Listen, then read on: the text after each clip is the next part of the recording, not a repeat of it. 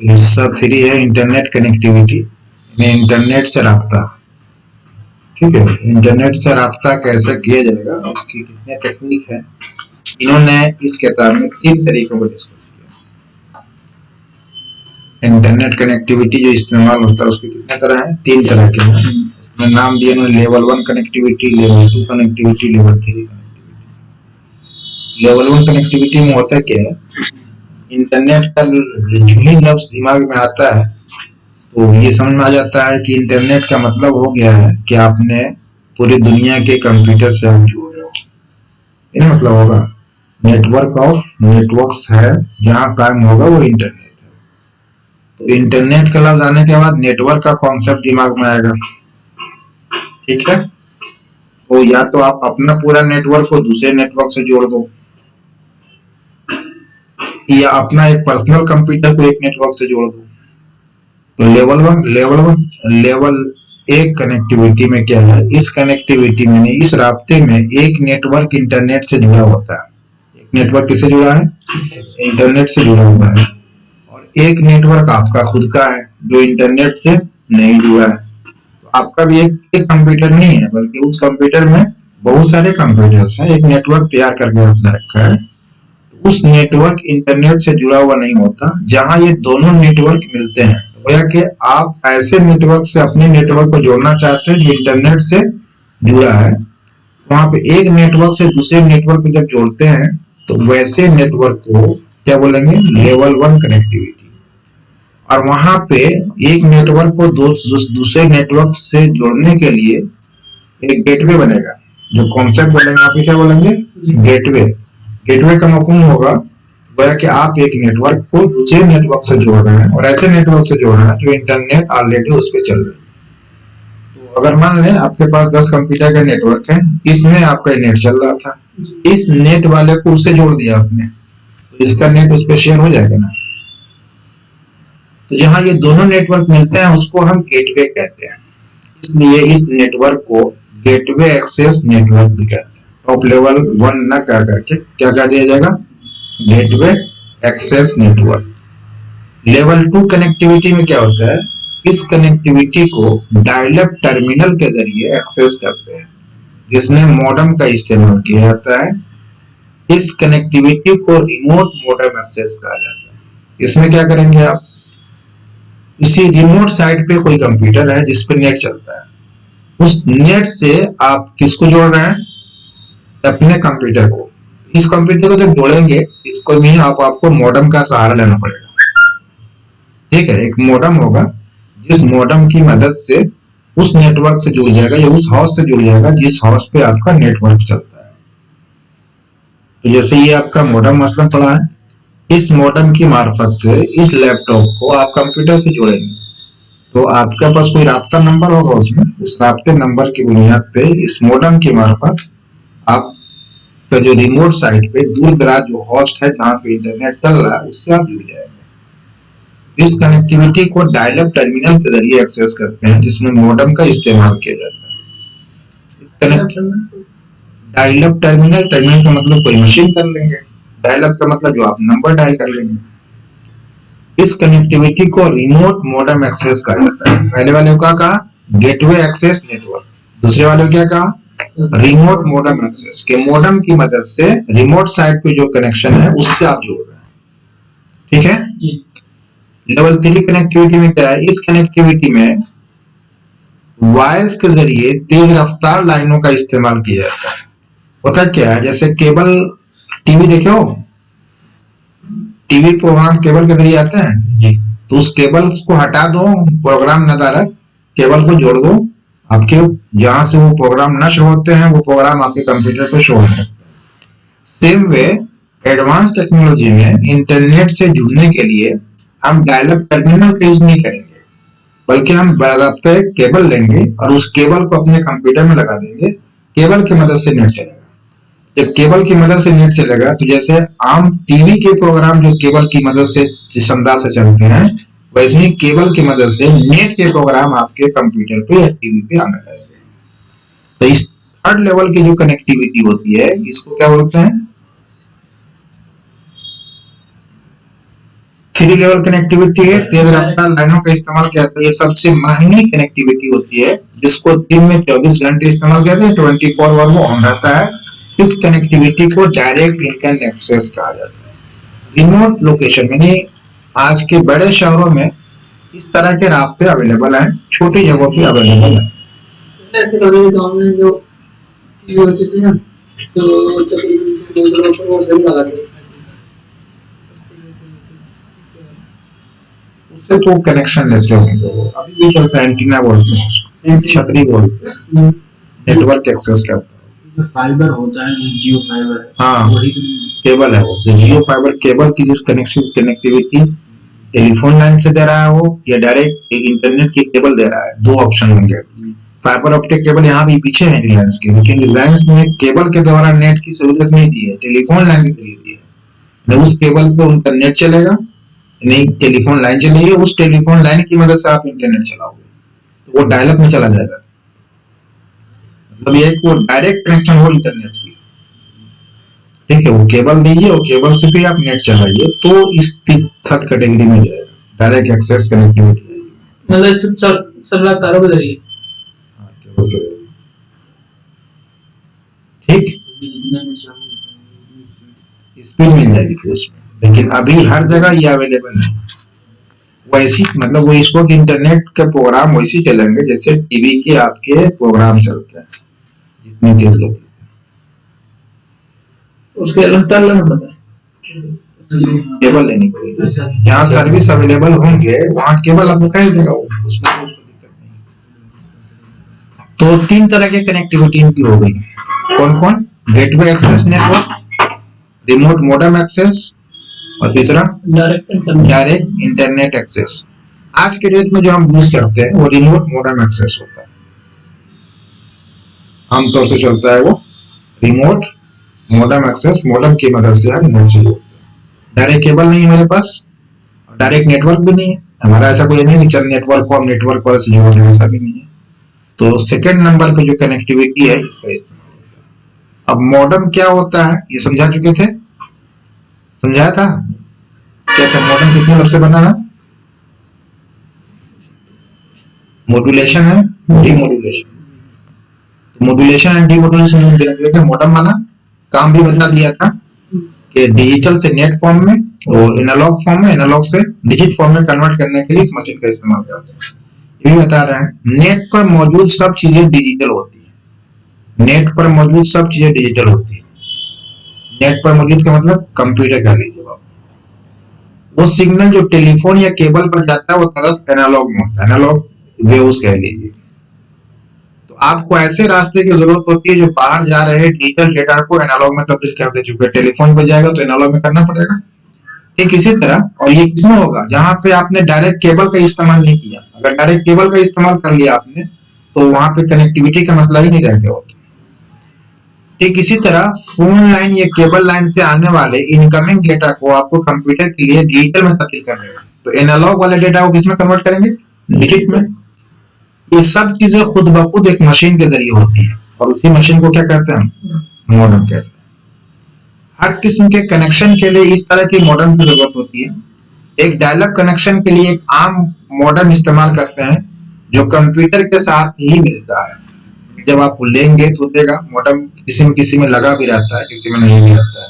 Computer machine में होता है। हाँ जी, कंप्यूटर मशीन में रहता है। लग हो भी सकता है, नहीं भी हो सकता, कुछ भी। ISDN, IS और केबल कनेक्शन के लिए आपको एक खास ISDN, DSL या केबल मॉडेम की जरूरत होती है। इस तरह के टर्म है, इस तरह की जरूरत पड़ेगी। तकनीकी इस्तेलाह में डिजिटल डेटा को एनालॉग में तब्दील करने को मॉड्यूलेशन कहते हैं, बता चुका था। और वो अमल जिसके जरिए एनालॉग डेटा को डिजिटल डेटा में तब्दील किया जाता है उसको क्या बोलेंगे? डीमॉड्यूलेशन बोलते हैं। इसलिए जो मशीन इस अमल को करती है उस मशीन को क्या बोलते हैं? मॉडेम कहते हैं। ये मॉडेम को डिफाइन करते हैं। डिजिटल इंडिया में सब डिजिट, डिजिटल इंडिया में सब डिजिटल रहेंगे। कोशिश यही करेंगे कि जितने काम हो सब डिजिटलाइज हो जाए, तो यही में सारा काम होने लगे। ये डिजिटल इंडिया की तो बड़ा काफी दिन हो गए इसको। तो वैसे में हर एक वही होता है। क्या होता है?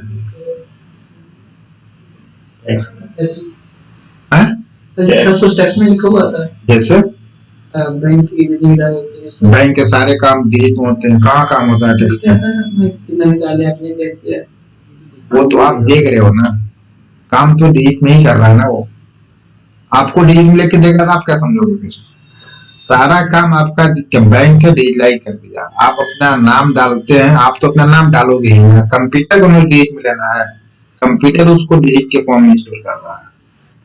डिजिटलाइज इंसान को नहीं कर रहा है, मशीन इंसान के कामों को मशीन के जरिए करवा रहा है। समझ गए? तो मशीन से हटेगा तो डिजिटल हो गया। हर काम मशीन नहीं, डिजिटल मशीन से होगा। तब हर काम मशीन से होगा तो वो डिजिटल नहीं हो जाएगा, वो काम कंप्यूटर की मदद से होगा तो डिजिटल होगा। ऑनलाइन काम हो सकता डिजिटल। हाँ, ऑनलाइन काम हो या ऑफलाइन काम हो, ऑफलाइन में भी हो सकता है। और जब ऑफलाइन होगा तो ऑनलाइन का मतलब है कि रिमोट साइट से भी आप काम कर रहे हैं, फिजिकली एक जगह होना जरूरी नहीं है, रिमोट साइट से रह करके भी आप काम कर सकते हैं। रोबोट डिजिटल काम करता है? नहीं, मेरे को भी करता है, यहाँ से उठा के वहां रखता है, तो डिजिटल से क्या मतलब है? दोनों टाइप से कर सकता है। डिजिटल का मतलब समझ जाता है। डिजिटल का मतलब है आज के डेट में कि सब जो काम आप कंप्यूटर की मदद से करें, वो सब आगे उसी समझे। अब कंप्यूटर कई ढंग के होते हैं। एक कंप्यूटर जिसपे आप ये काम करते हो, वॉशिंग मशीन लगी होती है, वहां भी वन काइंड ऑफ कंप्यूटर लगा है, कंप्यूटिंग का काम होता है। एटीएम मशीन लगी है, वहां भी वन काइंड ऑफ कंप्यूटर, इस तरह के मतलब वो डिजिटल डिवाइसेस हर जगह लगे हुए हैं। ठीक है, तो वो डिजिटल इंडिया है। तो डिजिटल इंडिया क्या बनाएगा? तो धोखा है उनका। डायल अप कनेक्शन है, उसके बाद डायल अप कनेक्शन में क्या होगा, जब ये 3 तरह की कनेक्टिविटी आपको दे दी, इस 3 कनेक्टिविटी में से किसी का भी आप इस्तेमाल करेंगे तो उस इस्तेमाल करने का कोई तरीका तो होगा ना। तो उसमें से एक तरीका क्या है? डायल अप कनेक्शन है। डायल अप कनेक्शन का मतलब होगा कि आपको इससे पहले बताया था कि एक आईएसपी होगा। आईएसपी का मतलब इंटरनेट सर्विस प्रोवाइडर, इंटर की खिदमत मुहैया करने वाले। तो जब आप इंटरनेट चलाना चाहेंगे तो कोई ना कोई आपका आईएसपी तो होगा, किसी की खिदमत तो लेंगे ना। जब आप खिदमत लेंगे तो खिदमत लेने का तरीका आपको देगा, किस तरीके से हमारी खिदमत लेंगे आप। तो उसमें मसलन आपको एक नंबर दे दिया, मोबाइल नंबर डाला, उस मोबाइल नंबर की मदद से आपका अगर डायल कीजिएगा, जब डायल कीजिएगा तो हमारे इंटरनेट से आप जुड़िएगा, और जब आप जुड़िएगा तो आपका मोबाइल नंबर उस वक्त तक बिजी रहेगा जब तक आप इंटरनेट चला कर रहिएगा। ठीक है ना, उस पर कॉल जाएगा ना कॉल आएगा। अगर बाई चांस कॉल आ गया, आपने रिसीव कर लिया, तो आपका इंटरनेट का रास्ता ब्रेक हो जाएगा। सो मत, बड़ी जबरदस्त नींद है। डायल अप कनेक्शन में मॉडेम और टेलीफोन लाइन इस्तेमाल करता है। डायल अप कनेक्शन में क्या होता है, एक मॉडेम लगाना है आपको और दूसरा टेलीफोन लाइन लेनी है। तो जैसे ये चल रहा है, इसमें एक टेलीफोन लाइन भी है और एक खुद मॉडेम भी है। टेलीफोन लाइन कहीं लगी है कि नहीं लगी? ये टेलीफोन लाइन है। अगर आप इसको टेलीफोन रिसीवर में लगा दोगे तो उसमें आप बात भी कर सकते हो, सुन भी सकते हो। ये टेलीफोन लाइन की मदद से हम कहाँ से जुड़ रहे हैं, हमारा कोई आईएसपी होगा, मतलब बीएसएनएल के कनेक्शन लिए हैं, तो बीएसएनएल की सर्विस यानी उसका जो इंटरनेट की सर्विस है वहां तक हम जुड़ रहे हैं। किसकी मदद से? किसी एक मॉडेम की मदद से और एक टेलीफोन लाइन की मदद से। वहां तक ये तार लेना पड़ेगा। हाँ, जहाँ इनके मेन ऑफिस है वहां तक जाना पड़ेगा। आगे उनको बगैर तार दौड़ाए हुए अगर काम होता होगा तो बगैर दौड़ाए करेंगे, अगर तार दौड़ाना होगा तो बनारस तक दौड़ाए होंगे। वाईफाई इसके अंदर एक सहूलत होगी, इसकी मदद से यहाँ तक कनेक्शन आ गया। अगर ये वाईफाई को सपोर्ट करेगा तो जितने भी वाईफाई सपोर्टेड डिवाइस होंगे उससे राब्ता हो जाएगा। जैसे ये जुड़ा है ना, इससे हम जुड़ गए हैं, तो यहाँ से तो तार उड़ा नहीं, वाईफाई का कॉन्सेप्ट आ गया। तो डायल अप कनेक्शन में एक मॉडेम और टेलीफोन लाइन इस्तेमाल करता है। नेटवर्क एक्सेस करने के लिए आप एक प्रोग्राम चलाते हैं जिससे मॉडेम आपके आईएसपी फोन नंबर डायल करता है। दूसरी तरफ एक और मॉडेम फोन का जवाब देता है। जैसे यहाँ एक मॉडेम लगा है, दूसरा मॉडेम आईएसपी के पास भी लगा होगा।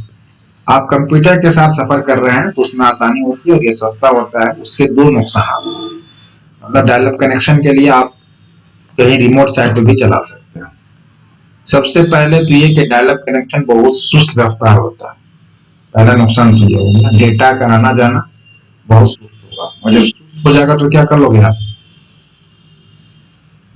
हम्म? नींद आ जाएगी। एक मेल नहीं करोगे, नींद आ जाएगी उसी में। तो डेटा आपको कलकत्ता, मुंबई, मद्रास भेजना है, यहाँ से डेटा मद्रास भेजना है, और मद्रास भेजने में आपका ट्रैफिक है या भेज ही नहीं सकते, 2 KB पर सेकंड आपका मसलन जा रहा है। डेटा कितने का है? मान लो 2 MB की है, 2 MB का डेटा है और जा कितने रफ्तार से रहा है? 2 KB पर सेकंड से जा रहा है। पर सेकंड अगर 2 KB है तो 1 मिनट में कितना होगा? 60 गुना डबल कर लो, 120 KB। हम भेज कितना रहे हैं? 1 MB के फाइल, 1 MB का मतलब 1024 KB है। 1024 KB डेटा आप भेजना चाह रहे हो और यहाँ जा रहा है सिर्फ 2 KB में, तो कैसे जाएगा वो? नहीं जाएगा। तो या तो बहुत देर टाइम लगा दोगे या सॉरी जाके काम ही नहीं हो पाएगा। तो तेज रफ्तार होना चाहिए। और फिर जो मॉडम होता है ना, जो मॉडम है, मॉडम की कैपेसिटी होगी पर सेकंड कितने डेटा को एनालॉग से डिजिटल में और डिजिटल से एनालॉग में कन्वर्ट करेगा। अगर ये भी तेज नहीं है, अगर डेटा आने जाने की क्षमता तेज है लेकिन जो डेटा का ट्रांसमिशन रेट है वो कमजोर है, तो भी आपका डेटा तेज नहीं चल पाएगा। तो गोया कि राब्ता भी आपका मजबूत होना चाहिए और जो डिवाइस आप यूज कर रहे हैं वो डिवाइस की भी कैपेसिटी हाई होनी चाहिए। तो सबसे पहले तो डायल अप कनेक्शन बहुत सुस्त रफ्तार होते हैं, एक नुकसान। दूसरी एक, आपका फोन नेट से जुड़ा होता है, इसलिए आप फोन पर बात नहीं कर सकते। जैसे जब तक ये भी जुड़ा हुआ होगा, जब हम बात करना चाहेंगे तो या तो इसको तोड़ें या बात को तोड़ें। ठीक है।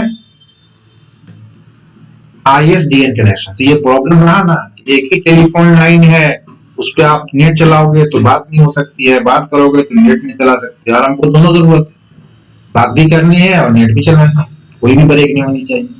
इसके लिए फिर दूसरे कनेक्शन आएंगे, वो सहूलियात होंगी कि आप उस पर, आपका जब नेट बिजी होगा तभी आप पे कॉल आना चाहे तो कॉल कर सकते हैं। उसके बाद दूसरा कनेक्शन निकाला है integrated services digital network, short में क्या नाम दिया? ISDN। ISDN क्या है? ये डायल अप कनेक्शन से ऊपर होगा। ISDN वो सर्विस है जो आपको फोन कंपनी मुहैया करती है, जो आपको डिजिटल टेक्नोलॉजी की मदद से ISP से जुड़ने की इजाजत देता है। क्योंकि इस कनेक्शन में कोई एनालॉग नहीं होता, इसलिए ISDN डायल अप कनेक्शन बहुत ज्यादा तेज होता है।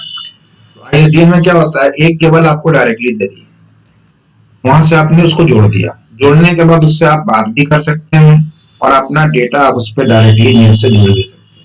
तो चूंकि वो डिजिटल डेटा में जा रहा है, कारण एनालॉग डिजिटल नेटवर्क है, तो एनालॉग से डिजिट में आप कन्वर्ट कर रहे थे, और जब वो डिजिट में ही जाएगा तो फिर कन्वर्ट करने का कोई मसला नहीं रह गया, तो ये मामला खत्म हो जाएगा। इसलिए उस इस एतबार से कनेक्टिविटी या उसका कनेक्शन तेज हो जाएगा।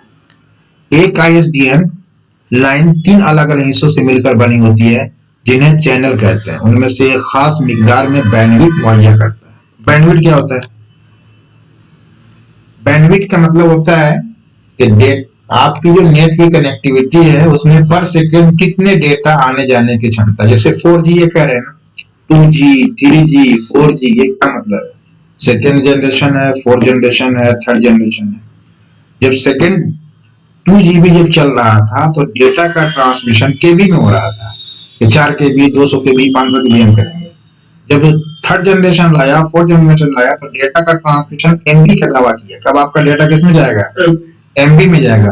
तो पर सेकेंड अगर 1 MB माने जाए तो पर 1 मिनट में कितना हो गया? 60 तो वही है, कम से कम 60 MB। तो गोया कि 1 मिनट में हमारा डेटा का ट्रांसमिशन कितना होना चाहिए? अगर उनकी पूरी सर्विस होती है तो हमारा 1 MB 60 MB का डेटा 1 मिनट में चला जाना चाहिए, और उतना ही आना भी चाहिए। तो दावा है उनका जरूर उतने कितना होगा, लेकिन होता नहीं है बहरहाल। तो ये उसी को क्या बोलते हैं? बैंडविड्थ। बैंडविड्थ का मतलब पर सेकंड डेटा का ट्रांसमिशन रेट क्या है, ट्रांसमिशन आने जाने की डेटा की शरह क्या है, उसी शरह को क्या बोलोगे? बैंडविड्थ बोलेंगे। इसमें दो चैनल बी चैनल्स और एक डी चैनल्स होता है। बी चैनल आपका डेटा ले जाता है और हर एक 64 KB बैंडविड्थ मुहैया करता है। कितना KB किया? 64 KB। 64 KB का मतलब क्या हुआ? 64 KB पर सेकंड। ये भी बहुत हो गया। इस तरह एक ISDN लाइन इंटरनेट को 128 केबी कनेक्शन मुहैया करता है। एक 64 करेगा, दूसरा भी 64 करेगा, तो 64 64 कितना होगा? 128 में हुआ। डी चैनल में 16 केबी होते हैं, लेकिन ये सिर्फ अंदरूनी कंट्रोल इत्तलात ले जाने के लिए इस्तेमाल होता है, जिससे सारे काम होते हैं, ये डेटा के लिए इस्तेमाल नहीं होता। तो दो चैनल जो है इनका ए और बी, ये किस काम के लिए किया? तो सी और बी ये डेटा की आमदोरफ्त के लिए, और जो डी चैनल है वो अंदरूनी कंट्रोल के लिए इस्तेमाल करता है। तो बहरहाल ये इस तरीके से ISDN कनेक्शन का काम होता है। ISDN इस्तेमाल करने के लिए आपको तीन चीजों की जरूरत होती है। सबसे पहले आपको क्या चाहिए? वो ISP लिख दिया है, डबल एस लिखा है, उसको ISP ही रखो, इंटरनेट सर्विस प्रोवाइडर चाहिए जो ISDN कनेक्शन देता है। दूसरे आपको ISDN फोन लाइन चाहिए, जिससे आप ISP से राब्ता कायम करेंगे। और आखिरी चीज जो आपके लिए जरूरी है वो क्या है? वो एक ISDN मॉडेम चाहिए, जो आपको ISDN लाइन और कंप्यूटर के दरमियान ताल्लुक पैदा करता है। वहां पे एक मॉडेम था जो एनालॉग डेटा को दे रहा था, और दूसरा मॉडेम डिजिटल फॉर्म में ही दे रहा है, जो कनेक्टिविटी के लिए आपको इस्तेमाल करेंगे। तो गोया कि उन्होंने दो कनेक्शन का तथ्य, तीन कनेक्टिविटी दी, और उस कनेक्टिविटी को यूज करने का, इस्तेमाल करने का दो तरीका दिया, एक डायलअप कनेक्शन और दूसरा ISDN कनेक्शन। कनेक्शन के लिए सॉफ्टवेयर क्या चाहिए? टेलीफोन के जरिए इंटरनेट एक्सेस करने के लिए आपको मुख्तलिफ कंप्यूटर प्रोग्रामों की जरूरत पड़ेगी। बुनियादी तौर पे आपको पीपी का मतलब एक प्रोटोकॉल है, प्रोटोकॉल पॉइंट टू पॉइंट, और TCP/IP पॉइंट और इंटरनेट क्लाइंट्स की जरूरत होती है। तो ये इंटरनेट चलाने वालों के लिए ये जो PPP या TCP/IP होती है, ये कोई अलग से लेना नहीं होता है, कंप्यूटर में ऑलरेडी होता है, उसको सिर्फ कॉन्फ़िगर करना होता है कि कैसे यूज करना है। PPP आपके कंप्यूटर को रिमोट इंटरनेट होस्ट से जोड़ता है। PPP का काम क्या है? जोड़ देना काम है। TCP/IP का काम क्या है? आपके कंप्यूटर को PP कनेक्शन की मदद से नेट का एक हिस्सा बनाता है, और आपके क्लाइंट प्रोग्राम TCP/IP की मदद से दूसरे इंटरनेट से राब्ता करके पैगाम भेजते हैं और वो मौसूल करते हैं। तो PP का काम हुआ, राब्ता करा दिया, हम इससे जुड़ गए। अब हमारा राब्ता करा देने के बाद दो काम करेंगे, या तो डेटा लेंगे या डेटा देंगे। जब डेटा लेंगे तो हमारा TCP काम कर रहा है, डेटा जब हम भेजेंगे तो वहां पे IP काम कर रहा है। तो TCP/IP ये तीनों मिलकर के काम करेंगे। तो TCP/IP सेंडिंग और रिसीविंग का काम कर लेंगे, और PPP राब्ता का काम। ठीक है? और इसको कहीं ढूंढना मत फिजिकली कि कहाँ कर रहा है, ये सारा के सारा इंटरनेट में सेट होकर के सिर्फ कॉन्फ़िगर करना। अगर आप एक कंप्यूटर के एक्सपर्ट हैं तो या तो ऑटोमेटिक वो सेट हो जाएगा, और अगर ऑटोमेटिक सेट होने में दिक्कत हो गई तो आप उसको पॉइंट लिख करके जो भी उसका नंबर दिया होगा सेट करने का, उसके तरीके से सेट कर सकते हैं। सॉफ्टवेयर हासिल करने के तीन रास्ते हो सकता है कि जिन चीजों की आपको जरूरत है वो आपके ऑपरेटिंग सिस्टम पे दस्तयाब हो, जैसे विंडोज वगैरह। नंबर आ गई बात कि जो कंप्यूटर चलाने के लिए जो सॉफ्टवेयर हमको चाहिए वो सॉफ्टवेयर ऑलरेडी आपके कंप्यूटर पे मौजूद है, सिर्फ ISP का कनेक्शन चाहिए आपको। दूसरे नंबर पे क्या कहा? आप एक कमर्शियल इंटरनेट पैकेज बाजार से खरीद सकते हैं। तीसरा क्या है? इंटरनेट सर्विस प्रोवाइडर से हासिल कर सकते हैं। इन तीन तरीके से आप कंप्यूटर को चलाने वाले जो सॉफ्टवेयर है वो मिल जाएंगे आपको। आगे क्या लिखा? TCP और PP को इंस्टॉल करना और तरतीब देना। किसी प्रोग्राम को तरतीब देना जो TCP/IP और PPP को इंस्टॉल करता है, जो एक ऐसा मरहला है जिसमें आप अपने प्रोग्राम में सारी इंफॉर्मेशन देते हैं जिनकी इंटरनेट कनेक्शन की जरूरत होती है। तो TCP/IP कभी कभी बताना भी पड़ता है, कभी कभी ऑटोमेटिक एडजस्ट कर लेता है। नंबर होते हैं। सबसे पहले आपको अपना यूजर ID और पासवर्ड मुतय्यन करना होगा। जब आप ISP से इंटरनेट का राब्ता लेंगे तो आपको वो यूजर नेम और पासवर्ड देगा। आपको रिमोट होस्ट का फोन नंबर भी मुतय्यन करना पड़ेगा, वो एक नंबर भी डालेगा जिस नंबर से उससे राब्ता होगा। अगले मरहले में आपको अपने DNS सर्वर का IP एड्रेस और साथ ही अपने होस्ट का डोमेन नेम भी देना होगा। DNS डोमेन नेम सिस्टम, तो जो कि आप नेटवर्क से जुड़ेंगे तो कहीं ना कहीं वो सिस्टम होगा जो से राब्ता करना है। आखिर में आपको अपने मॉडेम की किस्म और उसकी रफ्तार भी मुतय्यन करनी पड़ेगी। तो चलाने के लिए क्या चाहिए? एक यूजर नेम चाहिए, पासवर्ड चाहिए, एक मॉडेम चाहिए और IP एड्रेस चाहिए जिससे आप जुड़ पाए। नेटवर्क कनेक्शन के लिए जरूरी चीजें क्या क्या है? एक personal computer Windows operating system और कम से कम 64 MB रैम के साथ खरीदिए। तो जब आप कंप्यूटर खरीदते हो तो कंप्यूटर खरीदने में विंडोज का होना कोई जरूरी नहीं है। इस कंप्यूटर को क्या बोलते हैं? पर्सनल कंप्यूटर, पीसी बोलते हैं। ये पर्सनल कंप्यूटर हो गया। इस कंप्यूटर जब आप खरीदेंगे तो आपके उसमें विंडोज लोड होता है। जब आप कंप्यूटर स्टार्ट करके लिखा आता है विंडोज, तो किसी में ब्लैंक में आता है, किसी में ऑलरेडी इंस्टॉल होता है। अगर इंस्टॉल नहीं है तो आपको इंस्टॉल कराना। और फिर कम से कम कितना लिखा? 64 MB रैम लिखा। 64 MB रैम आज के मुकाबले में बहुत ज्यादा कम है। अब आप कितने रैम आते हैं? 4 GB रैम आते हैं, 8 GB रैम आता है। तो कहाँ 8 GB रैम और कहाँ 64 MB रैम? कोई हैसियत है उसकी? कोई हैसियत नहीं। 1024 MB जमा होगा तब 1 GB बढ़ेगा। हम 4 GB दे रहे हैं तो 64 MB की क्या हैसियत है उसके साथ? तो यहाँ कि अगर आज के डेट में जो भी आप कंप्यूटर खरीदेंगे और नेट चलाने के लिए काफी। कंप्यूटर में एक तेज रफ्तार प्रोसेसर होना चाहिए। प्रोसेसर का मतलब i3 देखो हो, ऐसे चलता है। प्रोसेसर कंप्यूटर का दिमाग होता है जो कंप्यूटर के अंदर लगा होता है। आज के डेट में कभी बोलते हैं i4, i5, i7, कभी यहाँ पे लिखा हो इंटेल कोर i3। ये इंटेल कंपनी है और वो प्रोसेसर बनाती है। प्रोसेसर बनाने में जैसे जैसे एडवांसमेंट आता है उसका नंबर बदल देते हैं। अभी लेटेस्ट है कहा i5। यही लैपटॉप इसी सेम कंडीशन में सारा कीबोर्ड ऐसे दिखेगा। इस 5 को 3 कर दो। जैसे i को आपने 3 किया तो अगर ये कंप्यूटर आपको दे रहा है 65 में, तो 3 करने के बाद हो सकता है आ जाएगा 55 पे और 50 पे। ठीक है। और यही 5 को अगर कहीं 8 कर दिया तो डायरेक्टली भाग जाएगा 80 और 95। ठीक है। लूप कुछ नहीं। तो अगर जानकार नहीं है कंप्यूटर का तो कहेगा भैया सब तो सेम ही है, तो इतना दाम क्यों बढ़ा रहे हो, हमको यही दे दो। रफ्तार भी, हाँ, प्रोसेसर से रफ्तार कम, उसका दिमाग है वो। तो जितना दिमाग तेज होगा उतना ही अच्छा काम करेगा। दिमाग तेज नहीं होगा तो हार्ड काम को कैसे काम करेगा? नहीं कर सकता है। तो दिमाग तेज होना चाहिए। दिमाग तेज भी है और साथ साथ में कंप्यूटर काम करता है। तो कंप्यूटर के जो काम करने का एरिया होता है वो रैम होता है। उसका वर्किंग एरिया क्या है? रैम है। रैम में वो रखता है और उस रैम में रैम क्या मेमोरी है उसकी। तो दिमाग कब काम करेगा? जब उसके हाफजे में कोई बात होगी तब ना। तो दिमाग और हाफजा दोनों का साथ साथ में तत्वीक है, यानी हाफजा भी मजबूत है और दिमाग भी तेज काम कर रहा है तो कोई भी काम फटफट कर देगा। लेकिन अगर दिमाग तो तेज है, हाफजा कमजोर हो गया, तब क्या होगा? अब हाफजे से रिकॉल करेगा, आपको रिकॉल ही नहीं हो रहा उसका। तो काम करने के लिए प्रोसेसर की भी स्पीड चाहिए और प्रोसेसर के साथ साथ रैम की भी जगह चाहिए। अगर दोनों अच्छी गुंजाइश, अच्छी कैपेसिटी की है तो काम अच्छा होगा। जब ये दोनों की क्वालिटी अच्छी होगी तो आपका कंप्यूटर का कीमत भी बढ़ जाएगी। ठीक है। क्या कहा इन्होंने? कंप्यूटर में एक तेज रफ्तार प्रोसेसर होना चाहिए। एक मॉडेम कितना लिखा हो? V90 56 KB, स्पीकर, एक माइक्रोफोन। स्पीकर और माइक्रोफोन तो ऑप्शनल चीज है, चाहे लगाओगे या छोड़ दें आप। मॉडेम चाहिए। मॉडेम की कैपेसिटी भी आप ज्यादा ही आती है। सॉफ्टवेयर के लिए अगर आपको वर्ड प्रोसेसर की जरूरत है तो माइक्रोसॉफ्ट वर्ड लीजिए, जिससे आप तेज इंटरनेट कनेक्शन जो आप बर्दाश्त कर सकते हैं।